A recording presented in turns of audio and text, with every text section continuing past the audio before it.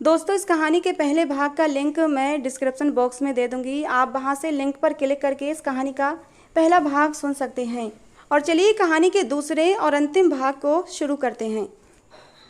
उसने मेरा दुपट्टा उतार कर दूर फेंक दिया था और मुझे खींच कर अपने करीब कर लिया था। मेरा दिल तो कांप कर रह गया था। कुणाल के इरादे भांप कर मैं कांप उठी थी। मैं खुद को बचाने की कोशिश कर रही थी, लेकिन आज मुझे अपनी इज्जत बचती हुई नजर नहीं आ रही थी। मैंने कुणाल के आगे हाथ जोड़ दिए। मैंने कहा, मेरे साथ ये सब कुछ मत करो। लेकिन उस पर तो एक जुनून सा सवार था। कहने लगा, तुम मुझे अच्छी लगती हो, प्यार से मेरी बात मान जाओ और अपनी मर्जी से एक रात मेरे साथ गुजार लो। उसके बाद मैं तुम्हारी जिंदगी में कभी भी नहीं आऊँगा, और अगर नहीं मानी तो मैं तुम्हारे साथ जबरदस्ती करूँगा, लेकिन तुम्हें हासिल करके रहूँगा। ये कहकर उसने मुझे खींचकर अपने और भी करीब कर लिया था। मैं उसकी बाहों के शिकंजे से निकलना चाहती थी, लेकिन निकल नहीं पा रही थी। मैंने रोते हुए उससे विनती की कि मेरे साथ ये सब कुछ मत करो, मैं बर्बाद हो जाऊंगी, किसी को मुंह दिखाने के काबिल नहीं रहूंगी। तुम तो मुझसे मोहब्बत के दावे करते थे, तो ये तुम्हारी कैसी मोहब्बत है? जिससे मोहब्बत की जाती है उसे बदनाम नहीं किया जाता। अगर तुम्हारे दिल में मेरे लिए जरा सी भी मोहब्बत है और तुमने मुझसे मोहब्बत की है तो तुम्हें तुम्हारी मोहब्बत का वास्ता है। मुझे बर्बाद मत करो। मेरी आंखों से आंसू बह रहे थे। कुणाल मुझे कुछ देर देखता रहा और फिर पता नहीं उसे क्या हुआ कि वो मुझे छोड़कर घर से चला गया था। मैंने तो अपने बच जाने पर भगवान का धन्यवाद किया था। उस दिन के बाद से वो मेरे रास्ते में नहीं आया था। वो मुझे बिल्कुल भी नहीं छेड़ता था और मुझसे कुछ भी नहीं कहता था। उसके आवारा दोस्त मुझे या मेरी दोस्त को कुछ भी नहीं कहते थे, लेकिन बस वो कुणाल चुपचाप मुझे देखता रहता था। लेकिन एक दिन सब कुछ बदल गया था, क्योंकि अचानक ही वो हमारे घर एक मिठाई का डिब्बा लेकर दाखिल हुआ था और मेरे पापा जी से मेरे सामने मेरा हाथ मांगने लगा। मेरे पापा कुछ कहते इससे पहले ही मेरा गुस्सा 7वें आसमान पर पहुंच चुका था, क्योंकि मुझे उस इंसान से बेइंतहा नफरत थी। मैं अपनी जगह से खड़ी होकर उसके करीब आई और उसके मुंह पर एक जन्नाटेदार थप्पड़ मार दिया था और उसे खरी खरी सुना दी। मैंने कहा, तुम जैसे घटिया आदमी से मैं कभी मर के भी शादी नहीं कर सकती। तुम्हारी हिम्मत भी कैसे हुई मेरे घर मेरा रिश्ता लेकर आने की? तुमसे शादी करेगी मेरी जूती, दफा हो जाओ हमारे घर से। तुम किस मुंह से मेरे घर आए थे? जाओ यहाँ से। जबकि उसने मुझे खूंखार निगाहों से घूरा था। शायद उसे आज से पहले किसी भी लड़की ने यूं थप्पड़ नहीं मारा था, इसलिए इस समय वो बहुत ज़्यादा गुस्से में आ गया था। वो कुछ कहता इससे पहले ही मैं एक बार फिर भड़क उठी थी। मैंने कहा, तुम जैसे आवारा लड़कों से अगर मैं शादी कर ली तो फिर मेरी ज़िंदगी तो यहीं पर ख़त्म हो जाएगी। अगर और अपनी बेइज्जती नहीं करवाना चाहते हो तो यहाँ पर खड़े मत रहो, चले जाओ यहाँ से। मैं ये बोलकर अपने कमरे के अंदर आ गई थी। जबकि मेरे पापा जी ने कैसे उसे घर से निकाला मुझे नहीं पता, लेकिन 2 दिन बाद ही वो हमारे घर में अपनी फुल तैयारी के साथ दाखिल हुआ था। उसका बिखरा हुलिया ये बताने के लिए काफ़ी था कि इस वक्त वो बुरी हालत में है। उसने शराब पी हुई थी, वो नशे में चूर था। वो हमारे घर में तोड़ फोड़ करके दाखिल हुआ था। उसके साथ उसके कुछ आदमी भी मौजूद थे, जिसने तुरंत ही मेरे पापा, मेरे भाई और मेरी माँ को काबू में कर लिया था। जबकि कुणाल मेरे पास हंसते हुए आया, मुझे गोद से उठाकर वहाँ से निकलकर सीधा मंदिर ले गया था। पीछे पीछे उसके आदमी मेरे माँ बाप और भाई को लेकर भी आ गए थे। मैं बहुत झटपटाई थी। मैंने उससे अपने आप को दूर करना चाहा था, लेकिन उसने मेरी एक ना सुनी। पंडित जी भी हैरान परेशान बैठे थे। उसने अपनी पिस्तौल को हाथ में लेकर पंडित जी से कहा कि शादी के मंत्र शुरू करें पंडित जी। पंडित जी ने जब करने से मना कर दिया तो उनके ऊपर भी उसने पिस्तौल तान दी थी। कहने लगा, जो कहता हूँ वही करो, वरना। इससे पहले कुणाल कुछ और कहता, पंडित जी जल्दी जल्दी शादी की तैयारी में लग गए थे। मैंने कहा, मैं मरकर भी तुमसे शादी नहीं करूँगी। तुम मुझे अभी इसी वक्त जान से मार दो, लेकिन मुझे कोई परवाह नहीं है। कहने लगा, मैं तुम्हें कोई भी खरोंच आने नहीं दूंगा। अगर तुम्हें कुछ हो गया तो फिर मैं कैसे जीऊँगा? तुम तो मेरी जान हो। लेकिन हाँ, अगर तुमने मुझसे शादी नहीं की तो तुम्हारे अपनों का क्या हाल होगा, शायद इस बात की तुम्हें खबर नहीं है। कहते कहते उसने पिस्तौल मेरे माँ बाप की तरफ तान दी थी। मैं खुद मर सकती थी, लेकिन अपने माँ बाप पर आँच भी नहीं आने देना चाहती थी। मैं तड़प कर कुणाल के सामने खड़ी हो गई थी। मैंने कहा, मेरे माँ बाप को कुछ भी मत कहना, मैं तुमसे शादी करने के लिए तैयार हूँ। मेरी हाँ पाते ही कुणाल ने पिस्तौल अपनी जेब में रख ली थी और मेरा हाथ पकड़कर मंडप में बैठ चुका था। पंडित जी ने शादी की सारी तैयारियां कर ली थीं। शादी की सारी रस्में पूरी हो चुकी थीं और मैं ना चाहते हुए भी उस इंसान की पत्नी बन गई थी जिससे मुझे सबसे ज़्यादा नफरत थी। लेकिन मैं उसी पल सोच चुकी थी कि मैं इस व्यक्ति को कभी मर के भी अपने पास आने नहीं दूंगी।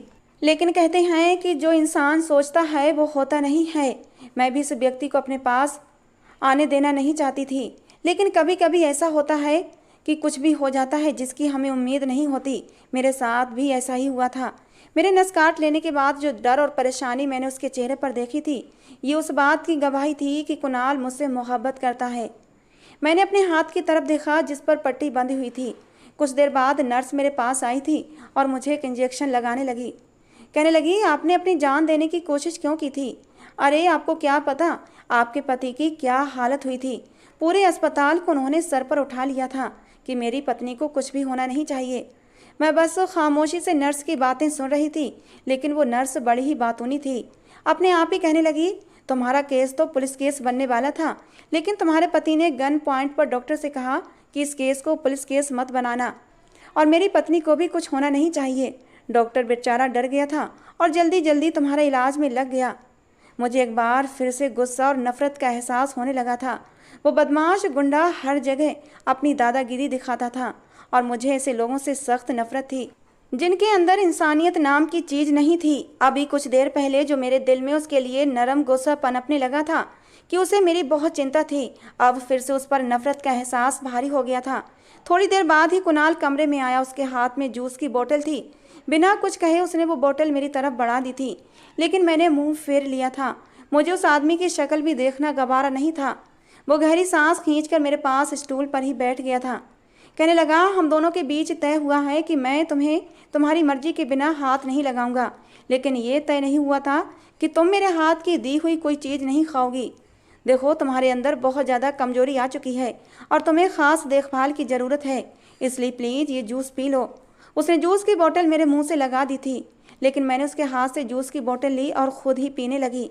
थोड़ी देर बाद ही हमारी छुट्टी भी हो गई थी और हम लोग घर वापस आ गए थे। ऑटो से उतरते हुए जब कुणाल ने मेरा हाथ पकड़ना चाहा तो मैंने उसे हाथ के इशारे से मना कर दिया। मैंने कहा, मैं खुद ही ऑटो से उतरकर अंदर जा सकती हूँ। हालांकि मुझे कमजोरी महसूस हो रही थी, मुझसे चलना भी मुश्किल था, लेकिन लड़खड़ाते कदमों से मैं बिना कुणाल के सहारे के अंदर गई थी। कुणाल का घर ज़्यादा बड़ा नहीं था, नॉर्मल सा 2 कमरों का घर था। एक कमरा उसने मुझे रहने के लिए दे दिया था, जबकि दूसरे कमरे में वो खुद शिफ्ट हो गया था। शायद वो इस घर में अकेला रहता था, क्योंकि जब से मैं यहाँ आई थी यहाँ पर किसी को भी नहीं देखा था। 2 दिन तक मैं कमरे से बाहर नहीं निकली थी। कुणाल बाहर से खाना लाता, एक प्लेट लगाकर मुझे कमरे में दे जाता था। मुझे समय पर दवाई देना, मेरे हाथ की पट्टी बदलना, कमरे की साफ सफाई करना, कुणाल ये सारे काम रेगुलर कर रहा था। मैं चुपचाप उसे ये सब कुछ करते देखती रहती थी। उससे मैंने अब तक कोई भी बात नहीं की थी। आज भी मैं ड्रेसिंग टेबल के सामने खड़ी होकर अपने बाल बनाने की कोशिश कर रही थी। पिछले 2-3 दिन से मेरे बालों में कंघी भी नहीं हुई थी। बाल उलझकर चिड़िया के घोंसले की तरह हो गए थे। कुणाल जब कमरे में आया तो मुझे उल्टे हाथ से कंघी देखकर मेरे करीब आ गया, क्योंकि मेरे सीधे हाथ में पट्टी बंधी हुई थी जिसमें अब भी दर्द था। उसने मेरे हाथ से कंघी ले ली और मेरे बालों में कंघी करने लगा। मैंने उसे मना करना चाहा, लेकिन पता नहीं क्यों मैं उसे मना नहीं कर पाई। बहुत ही प्यार से उसने मेरे बालों में कंघी की थी और एक उल्टी सीधी सी पोनी बना दी। जब मैंने आईने में खुद को देखा तो अचानक ही मेरे चेहरे पर एक स्माइल सी आ गई थी। कुणाल भी मुझे देखकर हंस पड़ा था। कहने लगा, देखो, ये छोटी बोटी मुझे बनानी नहीं आती, इसी पर गुजारा करना पड़ेगा। पहली बार मैंने कुणाल से कोई बात की थी। मेरे मुंह से निकला, कोई बात नहीं, जैसी भी है ठीक ही है, इतनी बुरी भी नहीं है। मेरे मुंह से ये सुनना था कि जैसे कुणाल के चेहरे पर खुशियों के रंग बिखर गए थे। ऐसा लग रहा था जैसे उसे दुनिया जमाने की खुशी मिल गई हो। उसकी आंखों की चमक देखकर मैं अचानक ही उससे नज़र चुरा गई थी। मैं उससे कोई भी रिश्ता बनाना नहीं चाहती थी। मैंने तो सोच लिया था कि 4 महीने पूरे होते ही मैं कुणाल से तलाक लेकर अपने घर चली जाऊंगी। इसीलिए मैं जानबूझकर भी उससे कोई बात नहीं करती थी। मैं नहीं चाहती थी मेरे और कुणाल के बीच कोई भी संबंध मजबूत हो और मैं इस घर में रहने के लिए मजबूर हो जाऊं। तीसरे दिन मैं कमरे से बाहर निकली थी। कुणाल का घर छोटा सा था, छोटा सा बरामदा, छोटा सा किचन। वो घर बहुत ही गंदा सा था। मुझे इस घर में अजीब सी घुटन हो रही थी, लेकिन मुझे 4 महीने तक वहीं रहना था। मैं हिम्मत करके किचन में आई तो किचन एक अलग ही हालत में था। पूरा किचन उल्टा पड़ा हुआ था, बर्तन यहाँ वहाँ बिखरे पड़े थे और उनमें से बदबू आ रही थी कि वहाँ खड़े होना भी मुश्किल हो गया था। शराब की बोतलें किचन में पड़ी हुई थीं। मेरा सर घूम चुका था। मैंने कुणाल की तरफ देखा और गुस्से से कहने लगी, ये क्या है, घर है या जंगल? तुम किस तरीके से यहाँ पर रहते हो? जबकि वो तुरंत ही मुंह बिगाड़ कर कहने लगा, यार अकेला बंदा रहता हूँ घर में। अब घर पर मेरी माँ बहनें तो हैं नहीं जो घर को साफ करें। एक पत्नी लेकर आया था, वो भी मुझसे सीधे मुंह बात नहीं करती। वैसे तुम कहो तो मैं तुम्हारे साथ लगकर सफाई करवा सकता हूँ, लेकिन देखो काम करते हुए ना मेरी आदत है कि मैं इधर उधर को चकरा कर गिर जाता हूँ, तो बस मुझे एक सहारे की ज़रूरत पड़ती है। अगर गलती से मैं तुम्हारे ऊपर गिर जाऊँ तो मुझसे शिकायत मत करना कि मुझे टच होने की हिम्मत कैसे की। उसकी आंखों में शरारत भरी हुई थी। मैंने गुस्से से कहा, कोई ज़रूरत नहीं है काम करवाने की, जाओ मैं खुद ही कर लूँगी। कहने लगा, कर लो अकेले ही, लेकिन फिर मत कहना कि तुम्हारा ये जंगल साफ करते करते मैं थक गई हूँ। वो मेरे मुंह पर जवाब देकर जा चुका था, जबकि मैं हैरान सी अपनी जगह पर खड़ी रह गई। कम से कम ये तो कह सकता था कि अच्छा बाबा, मैं मजाक कर रहा था, तुम्हारे करीब नहीं आऊँगा, लेकिन सफाई में तुम्हारी मदद करवा दूँगा। लेकिन वो तो ये सारा काम मेरे सर पर डाल कर चलता बना था। खैर, मैंने एक लंबी सांस भरी और काम पर लग गई। सारे गंदे बर्तन समेटकर सिंक में डाले, शराब की खाली बोतलें डस्टबिन में फेंक दी और किचन की स्थिति को थोड़ा ठीक बनाया, क्योंकि अब मुझे भी कुछ महीने के लिए ही सही लेकिन इस घर में रहना था और मैं ऐसे गंदे घर में हरगिज रह नहीं सकती थी। मैं बहुत ही सफाई पसंद लड़की थी। डिब्बों में देखा तो थोड़े से चावल और दाल पड़ी हुई थी। दाल चावल बनाकर मैं कमरे में आ गई थी, लेकिन मैं काफ़ी देर तक उसका इंतज़ार करती रही और वो घर वापस नहीं आया था। अब तो मुझे गुस्सा आने लगा था। मैं कोई उसकी नौकरानी नहीं थी। खाना बनाकर मैं उसका इंतज़ार कर रही थी। खाना तो मैं पहले ही खा चुकी थी और अब मैं सोने के लिए लेट गई। कुछ देर में ही मुझे नींद भी आ गई थी कि तभी मुझे खटपट की आवाज़ आई थी। मैं एकदम से उठकर बैठ गई। रात के समय वो घर वापस आया तो काफ़ी नशे की हालत में था कि उससे चला भी नहीं जा रहा था। वो सीधा बरामदे में आकर गिरा था। एक पल को मेरे दिल में यह एहसास जागा कि मैं उसको उठाकर चारपाई पर लिटा दूं, लेकिन अपनी ईगो के हाथों मजबूर होकर मैंने उसको देखा और अपने कमरे में आ गई थी। मेरा दिल अजीब सी हालत में था। मुझे बहुत दुख हो रहा था कि वो ऐसे बरामदे में गिरा पड़ा था। मुझे चाहिए था कि मैं उसकी मदद करती। अगर मैं इस घर में मौजूद ना होती तो यकीनन उसके दोस्त उसके साथ घर में आते, लेकिन उसने मेरी सुरक्षा करते हुए अपने उन आवारा दोस्तों को घर में आने की इजाज़त नहीं दी थी। मैं बहुत देर तक सोने की कोशिश करती रही, लेकिन कुणाल का सोच सोच कर मुझे नींद नहीं आ रही थी। सर्दी का मौसम था और बाहर ठंडी हवाएं चल रही थीं। मैं अपने दिल को समझा रही थी कौन सा मैं उसे अपना पति मानती हूँ और कौन सा मेरा उससे दिली लगाव है जो मैं उसकी मदद करूँ। पड़ा है तो पड़ा रहने दो, उसने भी तो मेरी ज़िंदगी नर्क बनाकर रख दी है। लेकिन मैं बहुत देर तक खुद को समझाने के बावजूद भी खुद को समझा नहीं पाई थी। मैं वैसे भी बहुत नरम दिल की लड़की थी। मैं अपनी जगह से खड़ी हो गई और बरामदे में आ गई, जबकि मेरी सोच के बिल्कुल उलट वो अब चारपाई पर उल्टा पड़ा सो रहा था। यानी वो बहुत ही बेल पावर था। नशे में होने के बावजूद भी वो खुद की परवाह करना जानता था। वो खुद ही उठकर चारपाई पर लेट चुका था। अगली सुबह मेरे उठने से पहले ही वो उठ चुका था। मेरे लिए नाश्ता भी तैयार कर लिया था। मेरी तबीयत का ख्याल करते हुए उसने मेरे लिए बहुत ही अच्छा नाश्ता तैयार किया था। मैं हैरान थी कि उसने इतना अच्छा नाश्ता कैसे बना लिया।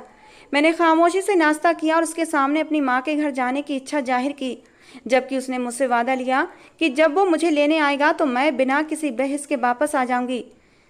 मैंने तुरंत ही तैयार हो गई थी, क्योंकि मैं जानती थी वो इतना जिद्दी और जाहिल है। अगर मैं उससे कह देती कि मैं अपनी माँ के घर जाकर अब तुम्हारे घर वापस नहीं आऊँगी, कुछ दिन अपनी माँ के पास रहूँगी, तो वो मुझे कभी भी माँ के घर लेकर नहीं जाता। मैंने महसूस किया था अगर उससे कोई बात प्यार से की जाती तो वो मान जाता था। वो दिल का इतना बुरा नहीं था जितना जाहिर करता था। मम्मी के घर मैंने पूरा दिन बिताया था और उनको अपनी पूरी हालत के बारे में बता दिया था। मेरी मम्मी इस बात से काफ़ी नाराज़ थी कि मैंने अपनी नस काट ली थी, जबकि मेरे पापा भी बहुत नाराज़ थे। बल्कि मम्मी पापा तो मुझे समझाने लगे कि कुणाल को अब दिल से अपना पति स्वीकार कर लो। जैसा भी है वो तुम्हारा पति है और फिर वो तुमसे प्यार भी करता है, तुम्हें बहुत अच्छे से रखेगा। मैंने कहा, माँ वो मुझसे कोई प्यार व्यार नहीं करता, बस उसको जिद थी मुझे हासिल करने की।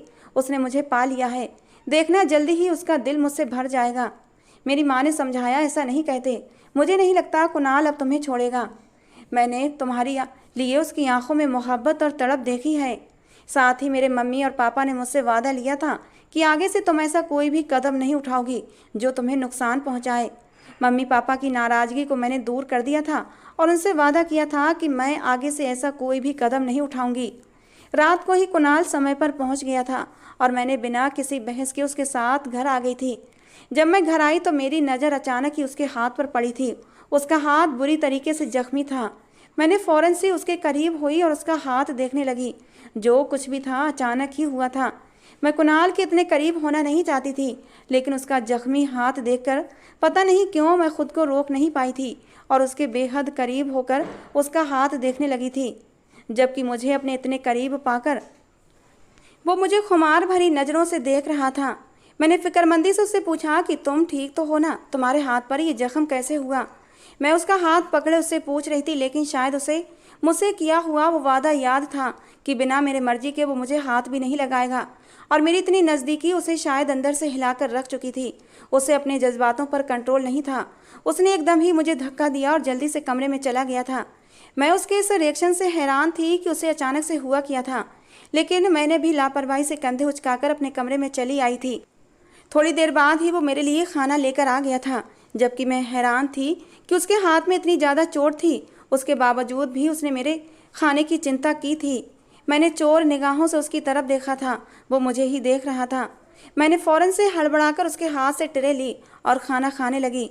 इस बार मैंने उसकी तरफ देखने की गलती भी नहीं की थी। वो मेरे पास ही बैठा हुआ था।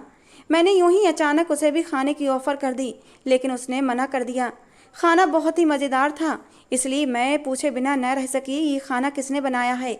जबकि मेरे हैरत की हद न रही जब उसने ये बताया कि ये खाना उसने खुद अपने हाथों से बनाया था। खाना बनाने के बीच ही उसका हाथ भी जल गया था।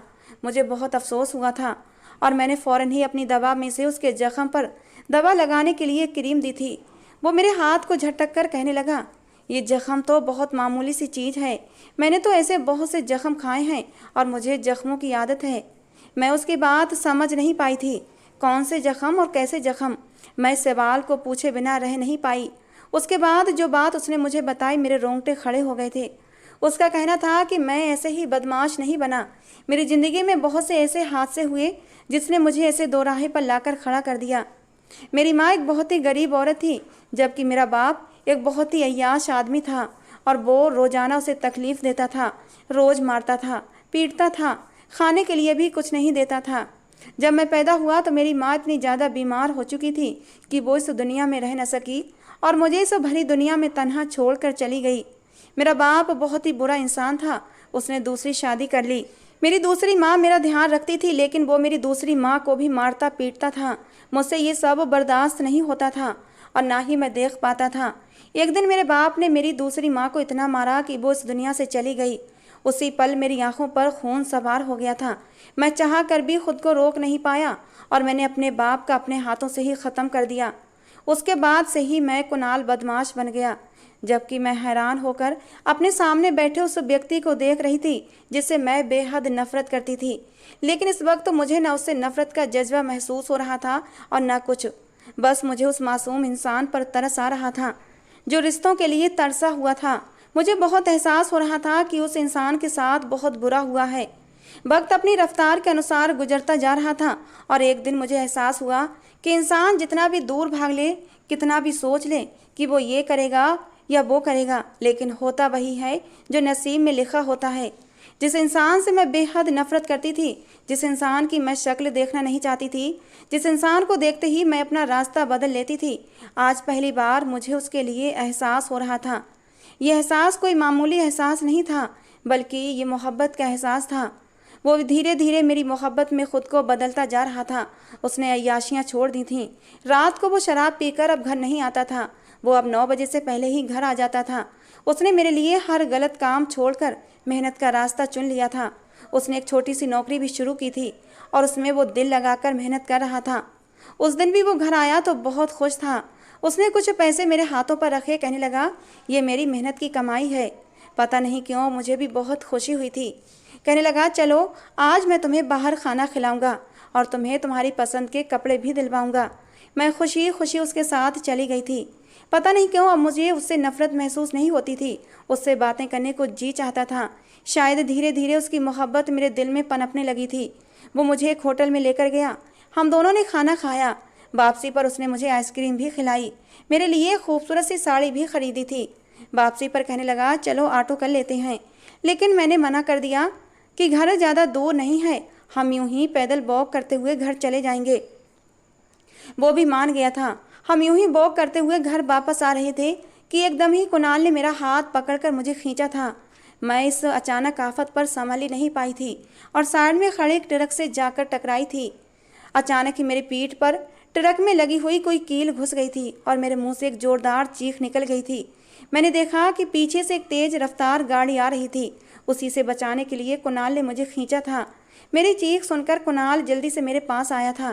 कंधे से नीचे पीठ पर मेरे एक गहरा जख्म बन गया था। कुणाल मुझे फौरन ही अस्पताल लेकर गया था। खून बहुत बह रहा था। नर्स ने मेरी पट्टी कर दी थी। कुणाल के चेहरे की तो हवाइयाँ उड़ी हुई थीं। मैंने कहा, इतना क्यों डर रहे हो? जख्म ज़्यादा गहरा नहीं है। कहने लगा, अगर आज तुम्हें कुछ हो जाता तो शायद मैं भी जिंदा ना बचता। उसकी आंखों में एक तड़प थी, मोहब्बत थी। मैं जल्दी से नजरें चुरा गई थी। मैं इस बात को अब मानती थी कि कुणाल मुझसे सच्ची मोहब्बत करता है। बस मुझे कुणाल की मोहब्बत को स्वीकार करने की देर थी।